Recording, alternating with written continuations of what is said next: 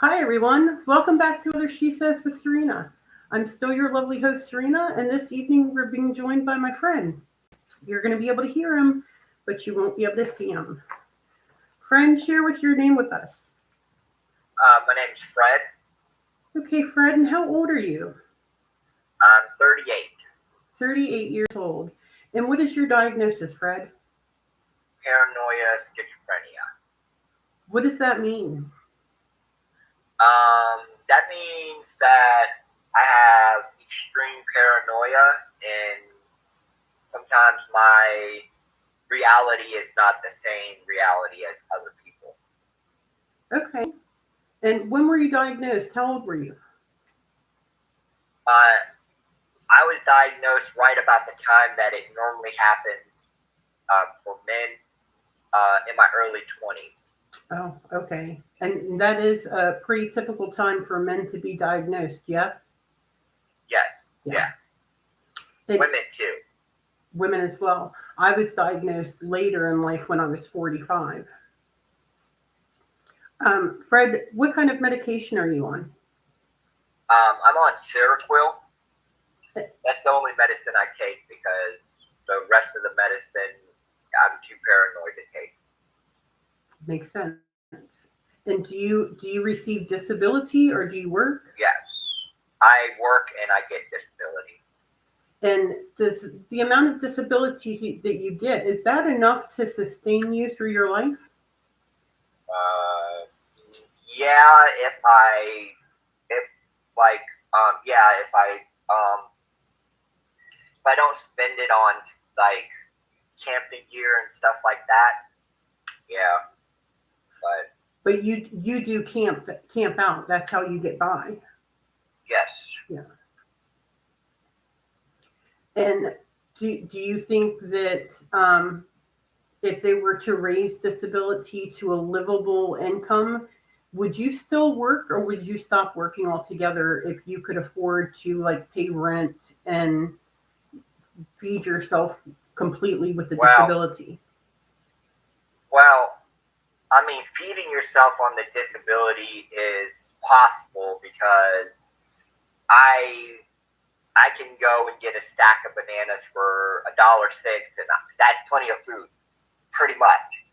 Now, housing on disability is a little tricky because I'm paranoid, so any type of rent, any type of structure makes me paranoid, and I end up losing everything because of the paranoia. So I don't know if I'll ever get into renting an apartment or anything like that. And that's what we were talking about before we actually started this program. You and I were talking about um, how you struggle financially to because of your illness. Yeah, yeah, Yeah. So yeah. I don't make irrational decisions with my money. I'm not a drug addict or nothing like that. I just don't make very smart decisions with my money.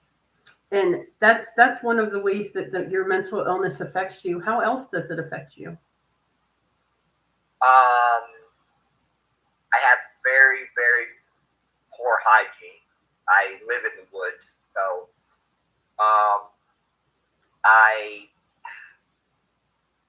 I have trouble staying on task with things. Like I can keep my stuff together for about maybe a month or so, and then I'll end up having a breakdown or something like that. It affects pretty much everything. My whole outlook on life um, is total schizophrenia. There's not a moment or that I think of that doesn't affect that my schizophrenia don't affect. Fred, what do you want people to know? What do you want society to know about schizophrenia and about Fred? Um, Probably if you have a loved one, a friend, or anybody dealing with schizophrenia, don't give up on them. Even though they'll give up on you like 100,000 times, just don't give up on them. Just don't give up on them because that's the easy way out. Just to give up on them and let them, you know what I mean? Everybody's gave up on me. Literally, everybody that I've known has gave up on me. It's lot of it's my fault with my decisions and stuff, but they've all gave up on me because I've literally walked away from everything in life because of the paranoia. So, there's really no answer. I mean, you can make us like zombies and over medicate us and walk us around and be zombies, and you know what I mean? And yeah, that's not the answer. no, it's not. So it's really, I mean, for my situation, there's really not an answer. Like, there's not much of an answer.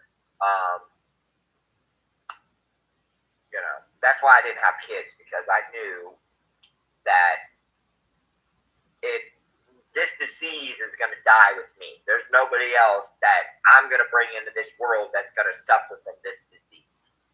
So when it runs its course on me and I leave Earth, it ends with me. Nobody else is going to get it because of me. See what I'm saying?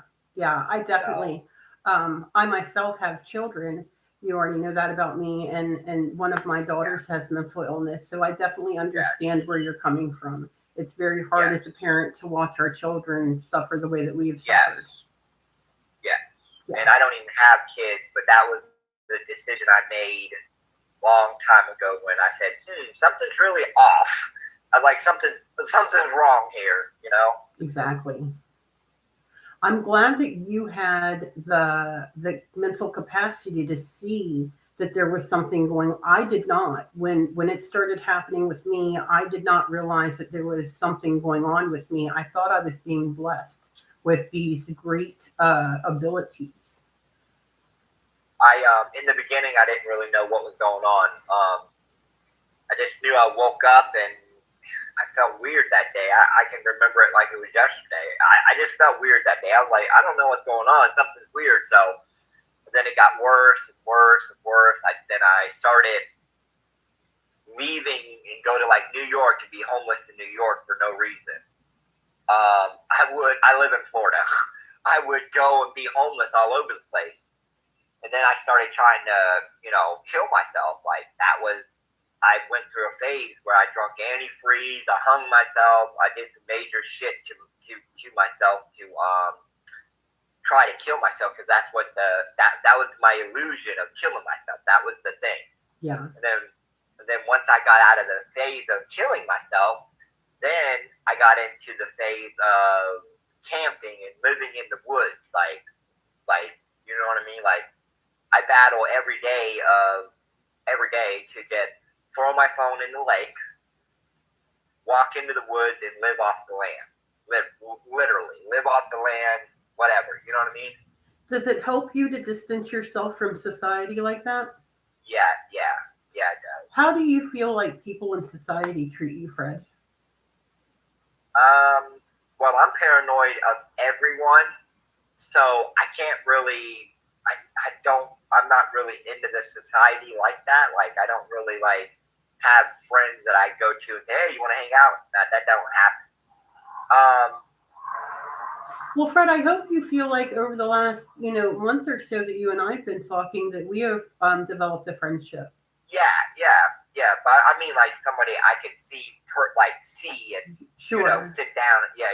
But I'm glad I could talk to you about my mental illness, because it's it'll take even the strongest mind all the way to the bottom. It will take you all the way to the bottom. And God forbid, if I had money, it would be even worse. Yes. It would, because trust me, it'd be real bad. If I had a lot of money, it would be bad. It would be good. Money is something that I really struggled with when I was younger, to the point where I had to become a minimalist in my life and say the only things that I actually need is paper, pen, and food, and that's it. Yeah, that's where I'm at with everything. My tent. I mean, my tent, my air mattress, my little pillow, my little hammock, my little blanket. That's what I own. I mean, I have another camping site that I'm at, but so. Well, Fred, the nights are getting chilly, so we want you to make sure that you stay safe out there. I'm going to wrap this up here. Thank you for coming on She Says with Serena. We really do appreciate it. And Fred, I want you to remember that you are not alone in this and that you are worthy, okay?